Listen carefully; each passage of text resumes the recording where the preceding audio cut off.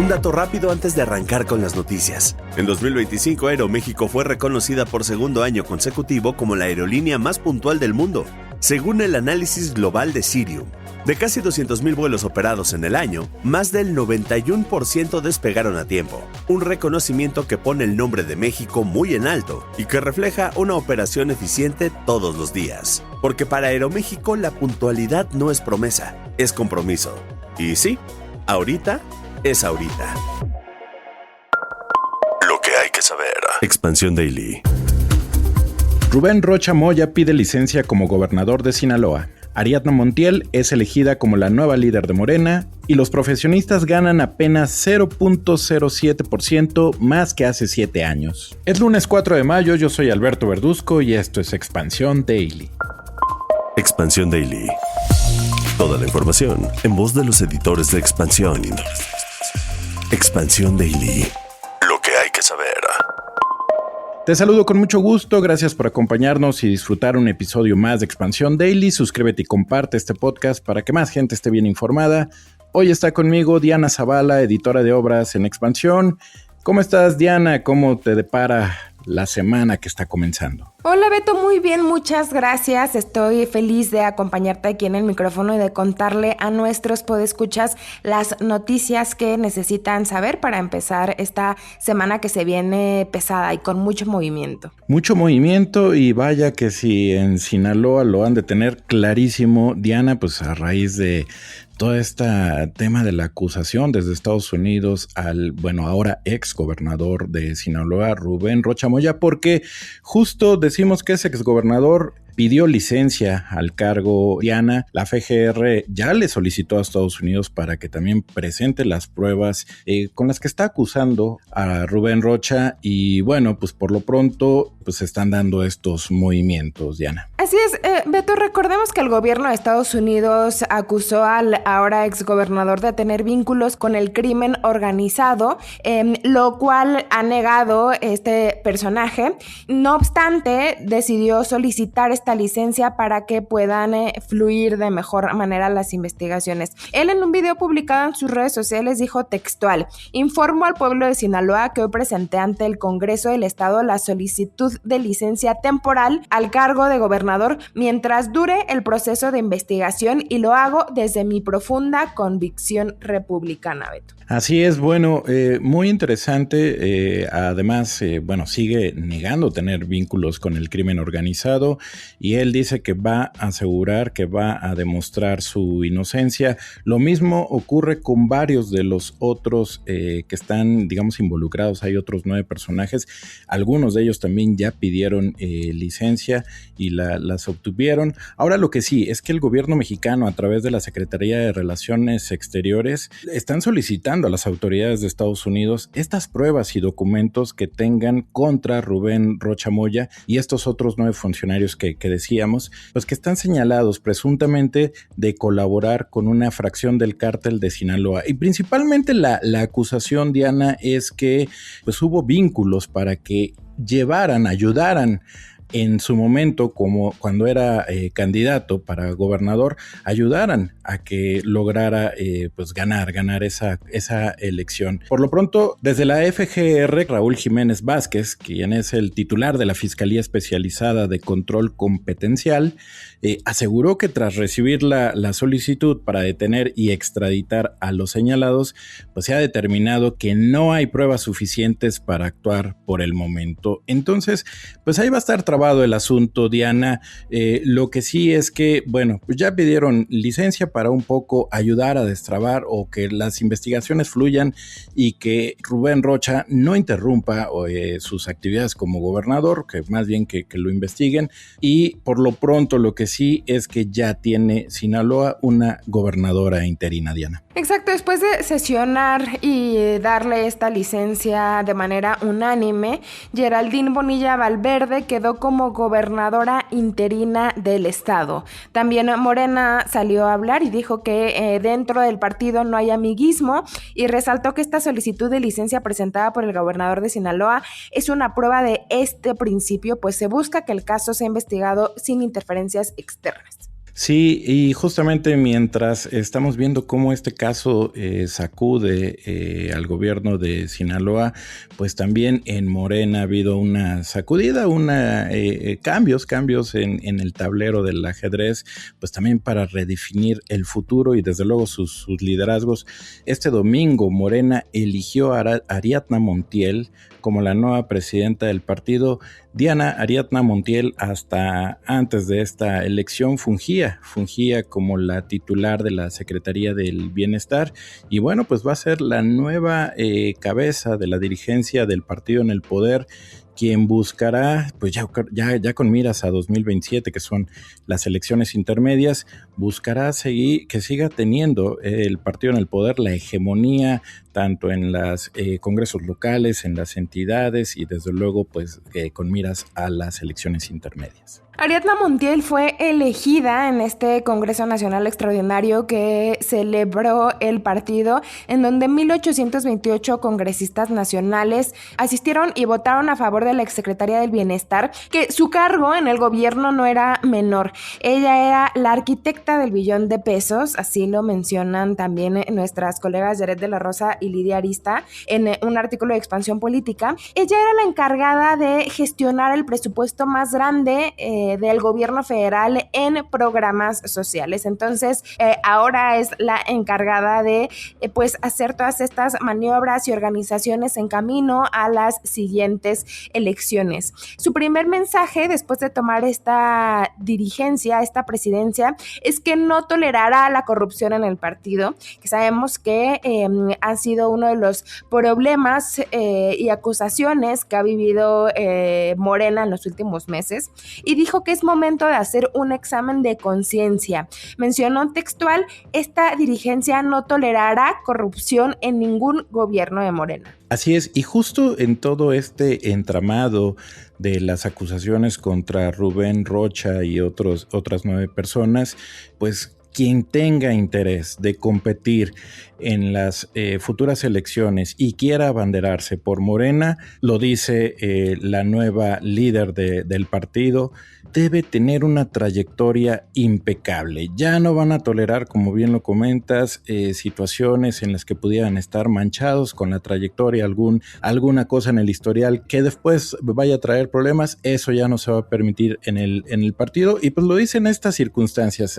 Ahora justamente cuando está ocurriendo pues el tema de las acusaciones desde Estados Unidos, ya veremos pues cuáles van a ser ahora los filtros que empleará el partido Morena para quienes tengan interés de competir hacia la elección. En fin, los cambios de dirigencia en un partido parecen algo interno, pero muchas veces anticipan también el futuro político del país. Diana, no solo importa quién llega, sino qué señales manda, que en este caso creo que será continuidad, control, renovación. Bueno, eso también lo estaremos viendo con el paso de los días. Lo que sí es que más allá de la política también tenemos otros temas que también pesan en el día a día. Diana, el dinero y lo que realmente alcanza. Fíjate, este es una muy interesante análisis que hizo nuestra compañera Dainzú Patiño. Hemos visto cómo se ha incrementado el salario mínimo y hay una base de la población que gana este ingreso y que se ha visto muy beneficiada en los últimos años, ha visto mejoras en su poder adquisitivo, pero esta mejora en el salario mínimo, pues por supuesto que no beneficia a todos, y uno de los grandes afectados son los profesionistas, Diana, que han visto cómo su ingreso se ha estancado en los últimos años. Nuestra colega me parece que lo ilustra bastante bien, y creo que muchos de quienes nos escuchan se podrán sentir identificados con este ejemplo. Ella habla con Ana P. es una psicóloga que fue contratada hace más de 8 años por su empresa.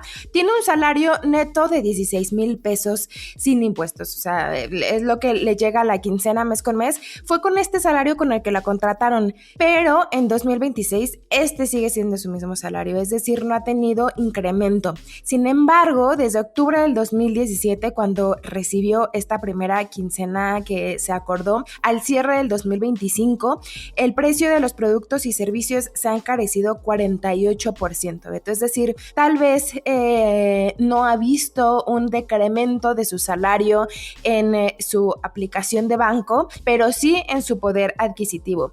Y esta es la realidad de lo que hablamos. Las personas tienen una afectación en el poder adquisitivo por el poco crecimiento que están teniendo los salarios, pero el gran incremento de la inflación. Esto a pesar de que el salario mínimo ha tenido incrementos en los últimos años. Así es, Diana, y estamos hablando de profesionistas, gente con licenciatura, pero tampoco no se salvan quienes tienen un posgrado, quienes han decidido estudiar una maestría o un doctorado, también se ven en la misma circunstancia, y esto de verdad refleja una gran preocupación porque tú seguramente todavía a nosotros nos tocó siendo jóvenes, siendo niños, que nuestros padres pues nos empujaban mucho a estudiar porque pues en ese momento el estudio era como una clave, un puente muy importante para una mejor situación económica en el futuro. Lo cierto es que con estos datos que estamos viendo y con esta circunstancia, esta situación que atraviesa mucha gente, está claro que ya no es suficiente el tema de la educación y pues es un gran problema que efectivamente, como bien lo comentas, la inflación pues está comiendo el poder adquisitivo de gente mejor preparada, y esto ha llevado a que pues muchas de estas personas busquen vías de escape, que puede ser la informalidad, Diana, que busquen un empleo por la informalidad, o un segundo trabajo, porque con uno no les es suficiente el ingreso. Sí, ya para ponerle más números a esta ecuación, descontando la inflación de 2018 a 2025, los salarios reales de personas con licenciatura crecieron en promedio 0.07% cada año.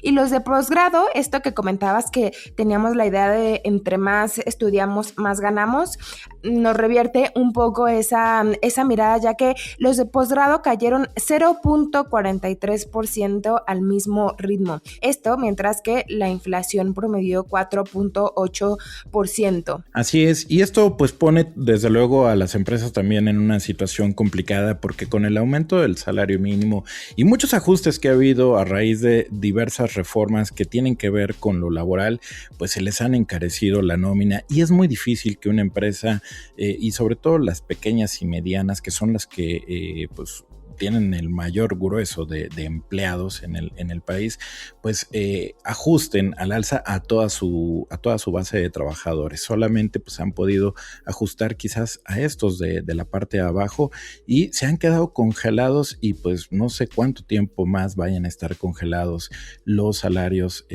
pues de trabajadores profesionistas de mayor, digamos, que tienen mayor instrucción educativa. Y esto es inquietante porque, como te lo decía, se rompe una promesa muy arraigada, que era la de que estudiar nos garantizaba una vida mejor, lo cual, bueno, pues creo que ya con estos datos, con estas cifras y estas historias, nos queda claro que no.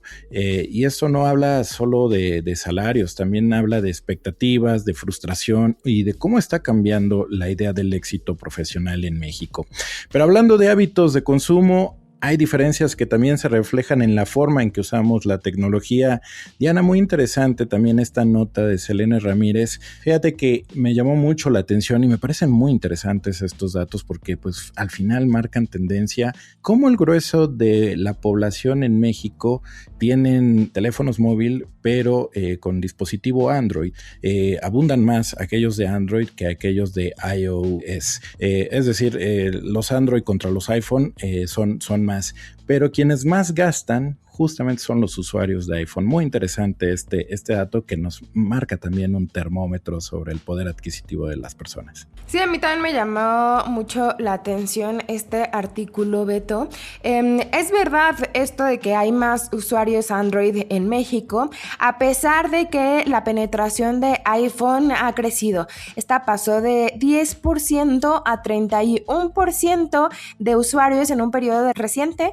El resto son de Android, Android, y esto se debe a mayores facilidades de financiamiento y a su carácter aspiracional, le dijeron especialistas a nuestra colega Selene Ramírez. Pero como bien dices, de donde se compra más, ahora que sabemos que el e-commerce domina muchas de las adquisiciones en nuestro día a día, es de las aplicaciones de iOS. El 75% de los usuarios de este sistema operativo en México concretan al menos una compra en los primeros 30 días de uso de una aplicación, mientras que en el caso de los usuarios de Android, la proporción baja a 66%. Así es. Esto quiere decir que, bueno, pues una persona con un teléfono iPhone, cuando descarga algo, digamos, tiene mucho más posibilidades de hacer una adquisición, alguna compra, alguna transacción que aquel usuario de Android. Muy, muy interesante.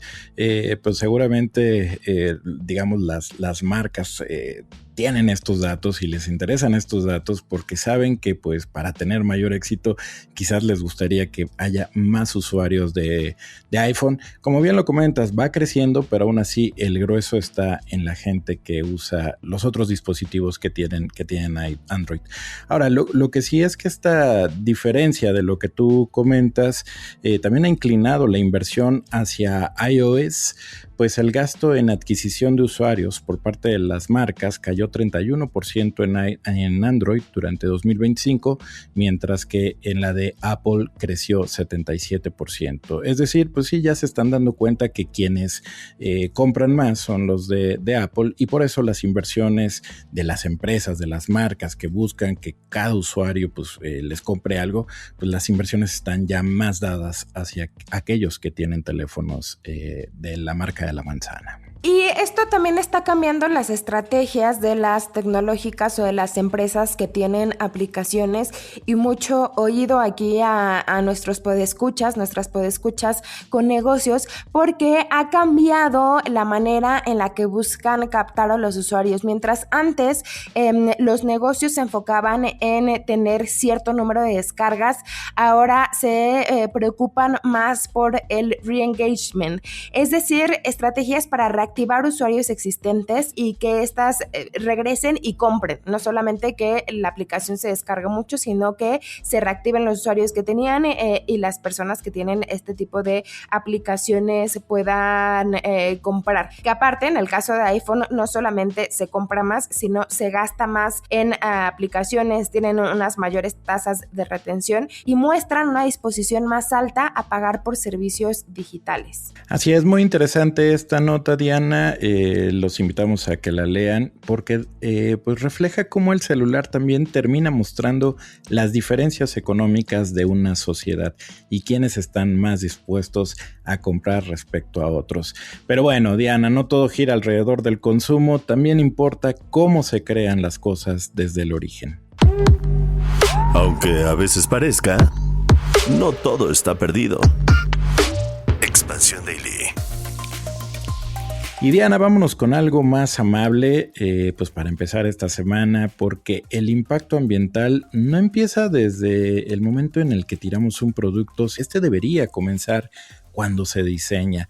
Y esta es una muy interesante nota de nuestro equipo de ESG sobre cómo las empresas cada vez están poniéndole más foco al diseño de sus productos, porque ya se dieron cuenta que el impacto ambiental se define hasta 80% si empiezan por ese punto. Muy, muy interesante nota, Diana. Este tema me encanta porque yo creo que el diseño tan importante en nuestro día a día no se nota mucho cuando está bien hecho, que me parece que es uno de sus principales objetivos, pero sí se nota cuando no está mal hecho, ¿no? La incomodidad de tomar un vaso que se cae, de una silla que cojea, etcétera.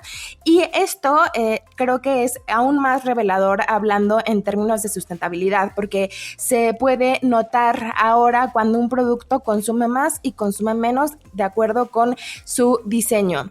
La presión regulatoria, el cambio en las preferencias de los consumidores y la urgencia climática está empujando a las empresas a que desde el origen replanteen la manera en la que diseñan sus productos.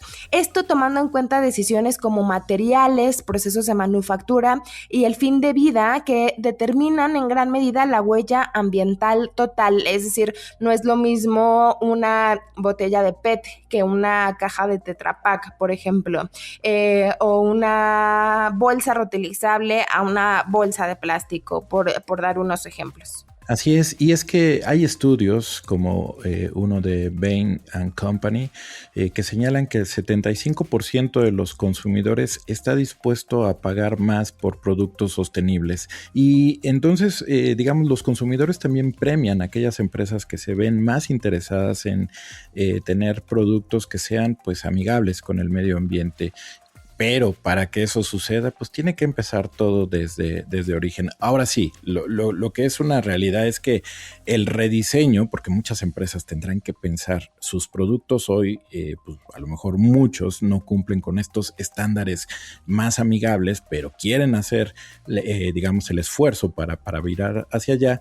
Pues el gran reto que significa el rediseño, de acuerdo con la OCDE, está en la transformación de las cadenas de suministro. Por ahí pues tendrán que adaptarse a nuevos materiales, a procesos más sostenibles, y esto pues desde luego, como en muchas cosas, generará disrupciones operativas y costos adicionales, pero yo creo, Diana, que si al final entienden la ecuación de que el usuario los va a premiar y van a acercarse más a esos productos, pues desde luego que buscarán ir hacia el rediseño. Totalmente, el costo-beneficio me parece que está muy bien equilibrado, si no es que es mayor el beneficio porque es en distintas esferas. En primer lugar, el acercamiento y retención de los usuarios, de los consumidores, y en segundo, el beneficio a la sustentabilidad, no en este orden, sino por mencionarnos. Y hay empresas que ya están siguiendo este tipo de pautas. L'Oréal, por ejemplo, impulsó productos de cuidado personal sin empaque o con sistemas de recarga, con refileo, que sabemos que es de uno de los sistemas por excelencia sustentables, ¿no? Tener por ejemplo, estos frascos que tú solo vas y rellenas a una tienda para no estar desperdiciando plástico. Esto lo hace esta compañía con el objetivo de reducir el uso precisamente de plásticos de un solo uso y mejorar la reciclabilidad de sus envases. De acuerdo con datos de esta empresa, más del 60% de los empaques ya son reutilizables, reciclables o compostables, y su meta es alcanzar el 100% en 2030. Esto me parece un gran ejemplo de que se está escuchando y que es posible lograrlo. Así es, y como L'Oréal esperamos que muchas más empresas con nombre, de renombre, pero también las locales, pues viren hacia esta estrategia que pues nos conviene a todos, porque Diana, durante años pensamos que contaminar era un problema de consumo, pero quizá el verdadero origen está muchísimo antes, y es en este tema que estamos platicando sobre cómo diseñamos las cosas. Así que para cambiar el planeta se podría empezar no cuando tiremos un producto, sino cuando alguien decide cómo crearlo. Diana, hemos llegado al final de este episodio. Te agradezco mucho y que tengas una excelente semana. Excelente inicio de semana a ti y a todos nuestros podescuchas, Beto. Y muchas gracias a ustedes también por escucharnos. Ya saben que toda la información sobre estos y otros temas están disponibles en expansión.mx. Leemos sus comentarios en las redes sociales de Expansión, @expansiónmx. Nos escuchamos mañana. Expansión Daily. Lo que hay que saber de lunes a viernes a las 6 de la mañana. Expansión Daily, un podcast de Expansión. Este episodio llega a ti gracias a rss.com, el podcasting hecho simple.